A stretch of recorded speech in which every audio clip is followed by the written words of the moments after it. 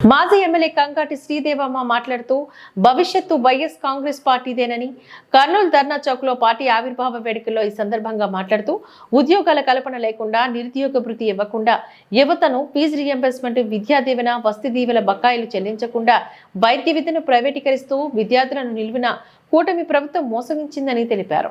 ప్రభుత్వంపై ఒత్తిడి తీసుకువచ్చి బకాయిలు చెల్లించేలా కర్నూలు ధర్నా చౌక్ నుంచి కార్యాలయం వరకు తలపెట్టిన యువత పోరులో మాజీ ముఖ్యమంత్రి శ్రీ వైఎస్ జగన్మోహన్ రెడ్డి గారి ఆదేశాల మేరకు కర్నూలు జిల్లా పార్టీ అధ్యక్షుడు ఎస్వి మోహన్ రెడ్డి గారి అధ్యక్షతన జరిగిన భారీ ర్యాలీలో జిల్లా కలెక్టర్ వారి కార్యాలయాన్ని ముట్టడించి కలెక్టర్ గారికి వినతి పత్రాన్ని అందించారు.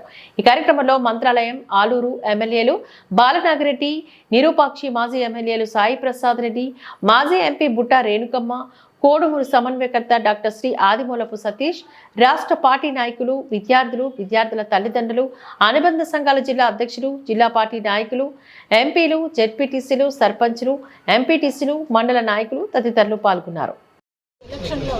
ప్రాంతం వారీగా అంటే లోకేష్ గారు ఒకవైపు, పవన్ కళ్యాణ్ గారు ఒకవైపు, చంద్రబాబు నాయుడు గారు ఒకవైపు, అందరూ కూడా చెప్పి సూపర్ 6 మేము ఇస్తాము, జగన్మోహన్ రెడ్డి గారు ఇచ్చిన దానికంటే మేము ఆయన ఒక పిల్లకి ఇస్తే మేము ఇద్దరు ఎంతమంది పిల్లలు ఉంటే వాళ్ళకి ఇస్తామని చెప్పి మహిళలందరినీ మోసం చేసి ప్రతి యువతకు నిరుద్యోగ భృతి 3000 ఇస్తామని చెప్పేసి నమ్మించి అందరినీ నమ్మించి నట్టేట ముంచి ఈరోజు వాళ్ళు ఓటు వరకే ఉపయోగించి మహిళలను కూడా ఓటు వరకు ఉపయోగించి అమ్మఒడి చదువుకునే పిల్లలకు రీయింబర్స్మెంట్ అన్నీ కూడా మరి గతంలో లాగా చేస్తామని జగన్ కంటే ఎక్కువ ఇస్తామని చెప్పేసి అబద్ధాల మాటలు చెప్పి ఈరోజు అన్ని కుంగలో తొక్కేసి ఈరోజు అధికారం వచ్చిన తర్వాత అన్ని అబద్ధాల హామీ ఇచ్చి ఈరోజు వాళ్ళంతా కూడా అధికారంతో ఈరోజు ప్రతి వాళ్ళని బెదిరించుకుంటూ అక్రమ కేసులు పెట్టేకి సిద్ధమైనారు కూటమి ప్రభుత్వం.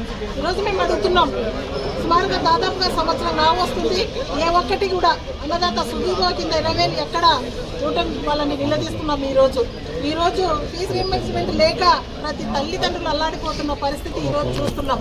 ఎక్కడా కూడా వాళ్ళకి టీసీలు ఇవ్వకోకుండా ఈరోజు మాలాంటి వాళ్ళందరికీ కూడా గోడు చెప్పుకుంటున్న పరిస్థితులు ఈరోజు. వాళ్ళ కాలేజీ వాళ్ళకు ఫోన్ చేస్తే మాకు ఫీజు కట్టాలమ్మా, అక్కడ నుంచి ఫీజు రీయింబర్స్మెంట్ లేదు, ఈరోజు మేము ఎట్లిస్తాం టీసీలు అవి ఇవి మాట్లాడుతున్నారు. అంటే పేదల వాళ్ళందరినీ ఈరోజు కట్టేట ఉంచిన ప్రభుత్వం కూటమి ప్రభుత్వం.